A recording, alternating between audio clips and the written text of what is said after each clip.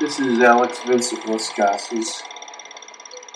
It's October 17th, 2020. Almost 10 minutes after 11 a.m. My dad, Alex Francis Las Casas, passed early this morning between 3:30 and 4 a.m. after suffering from Alzheimer's, which finally ended his life.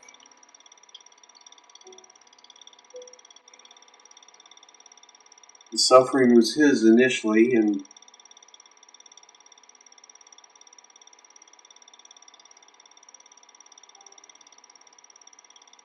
it's a terrible thing for a person to take such pride in his mind. My dad had 3 master's degrees, one in educational administration, to be exact, one in history, and one in music. There was one class from PhD in music, and he never got it.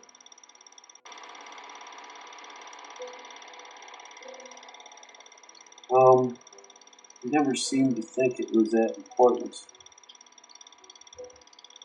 but I always felt like that was something he said because he didn't have well, at the end of the day, it wasn't his top priority and long enough point to finish.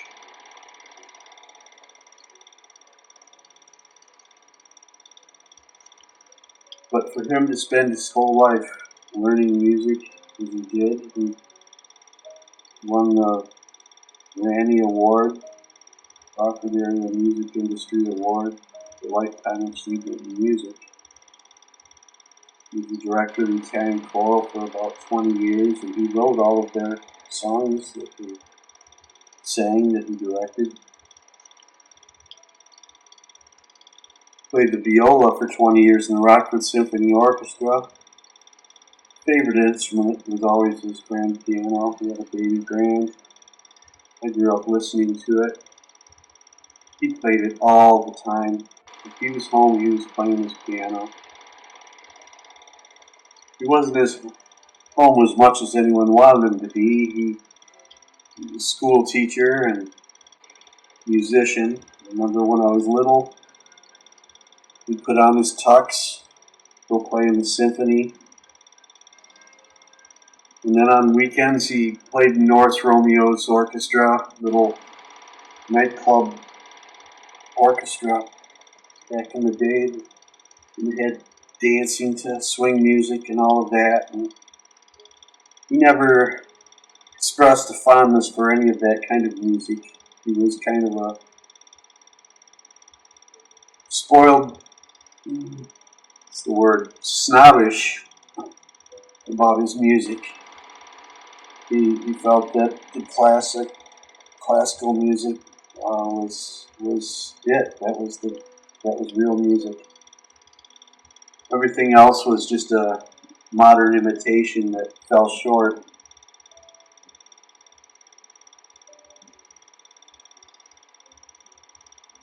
When my parents were at odds with each other, my dad moved to an apartment. My brother Vince and I lived with him for a while.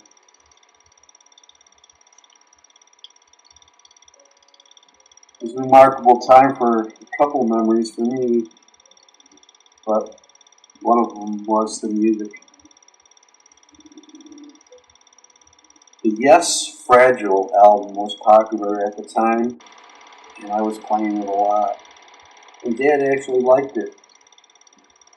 It's the only music that I ever recall him saying that he liked other than classical music that I listened to. I don't know if he was trying to throw me a bone, but he seemed to honestly like it.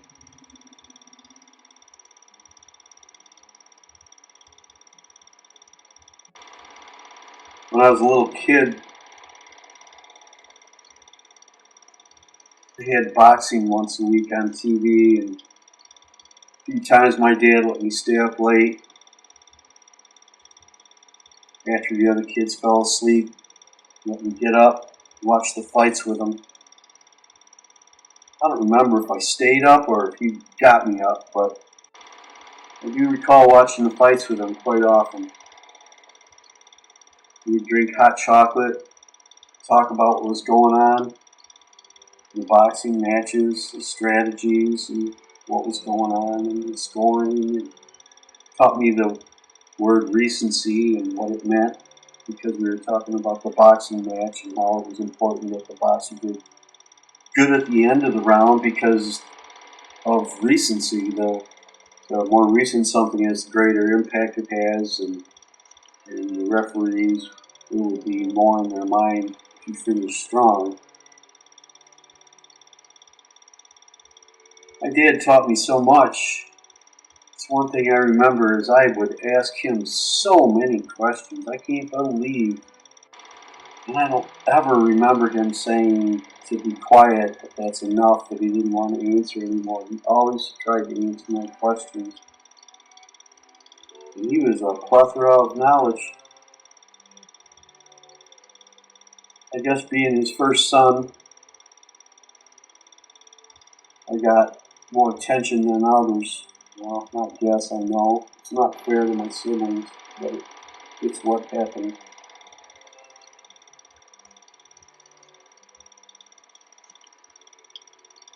I think he had just finished college and got his 3 master's degrees, got married, and well, he broke the norms, went against the grain.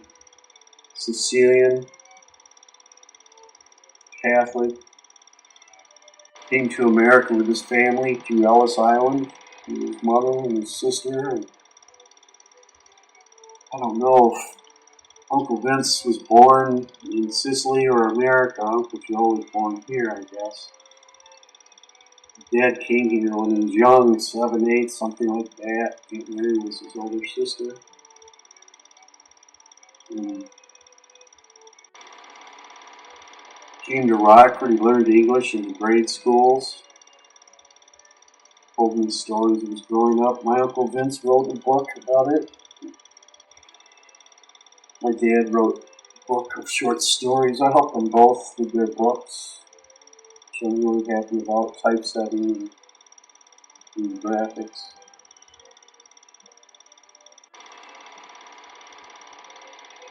Uncle Vince's book, the cover is a picture of him, and I've got my name in his tie, hidden in one of the stripes, really, really small.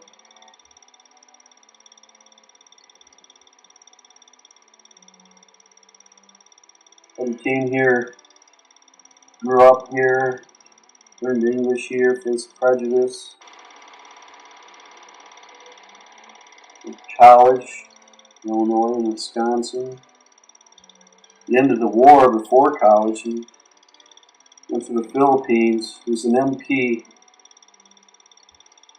Remember when I was a little kid, he had this story he told us. I remember him telling it to us on the vacation we took going to California. We drove all the way to California with one of those pop-up tent trailers. It's like a trailer, and you open it up and it would pop up into a tent and had steps you could walk up in. The sides had beds and a nifty little pop-up tent camper thing. We drove. It took 5 days to get to California and stayed in these cool campsites on the way. Some had nice swimming pools and public showers. One night we couldn't find one, and we just pulled into a farm field, and there was a fence and cows on the other side. And early in the morning, the cop stopped and woke us up, told us where the campsite was. Told us where to go. It was cool. I remember that was outside of Las Vegas, because when I woke up, I don't know if it was my imagination or what, I was a little kid. he seemed to recall some slight hill. It was flatland a lot around here, but it was getting hilly. And I think Las Vegas doesn't have any of that. It's flat desert. I'm not quite sure, but maybe it was the morning or of the night before, the night after.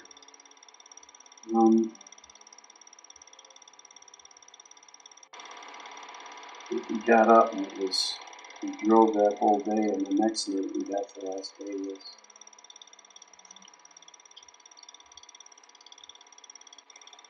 Got to Las Vegas, man, it was lit up. It was nighttime. We drove through outside of town on the other side and found a place to camp. A regular campsite this time. But he told us stories along the way, and one story was a joke. Indian joke. You know, stealing poop. It was a bad joke. He told us about when he was an MP in the Philippines and how the roads there had these monuments in them with circles, and becoming more common in Rockford. Now they have a few of them. Not with monuments in the middle, but circles at intersections. He was an MP and he was out, and one of the biggest, meanest guys in his barracks was drunk, and he gave him a ride home. The guy was all out of it. He was driving along, my dad's talking to him. They drove around one of those things, and all of a sudden he notices the guy isn't answering. He looks over, the guy's gone. Turns around and looks, and the guy's chasing the Jeep, and he's all messed up from having fallen out, drunk. He got him back to the barracks, and it seemed that everyone thought he beat the guy up for being drunk. And even the guy himself wasn't sure. But my dad said everyone respected him after that. The bully guy became like his friend, and the commanding officer called him in and said, "You know, that guy deserved it. Just tell me, what'd you do to him? You kicked his butt good." Dad told him, "No, he just fell out of the Jeep."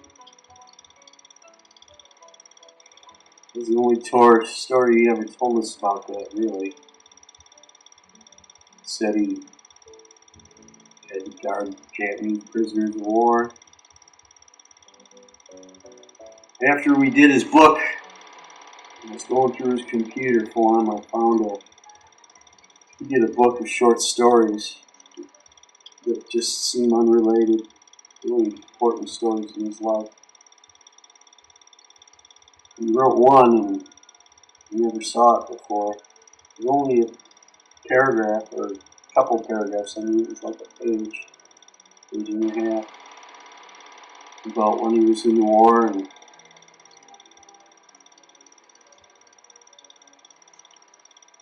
they called him out of their barracks and into a big truck where they had to get in the back, and the guys sat on either side facing each other, and they had to have full packs and ammo and everything and ready to go. Didn't know if they were going into battle or what. And they got to a place where there was a pillbox, one of these cement things with slits in it. Soldiers staying inside and shoot machine guns through them. Usually they're on beaches. This was the Philippines.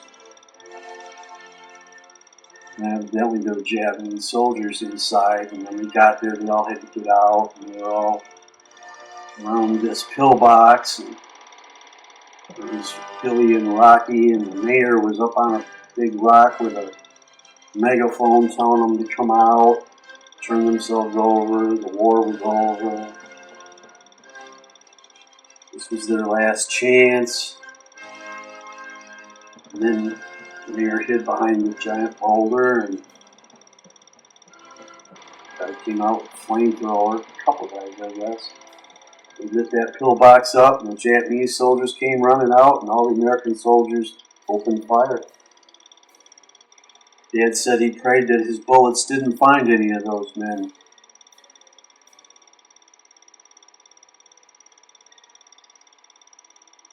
say much more about it, but I talked to him about it and I recorded that.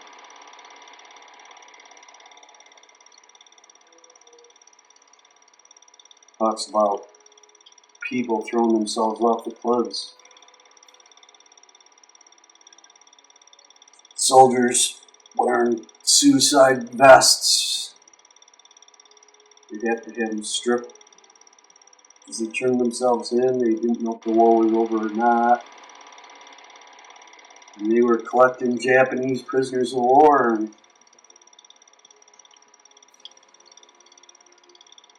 so I never knew that until a few years back.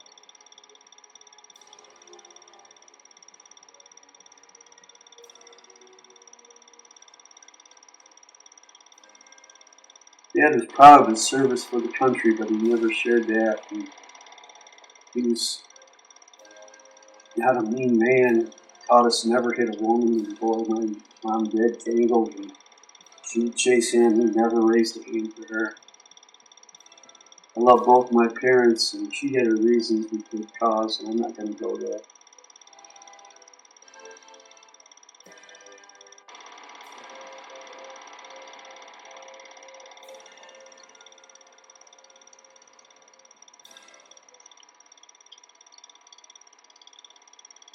There's so much more I want to share. I have to stop right now.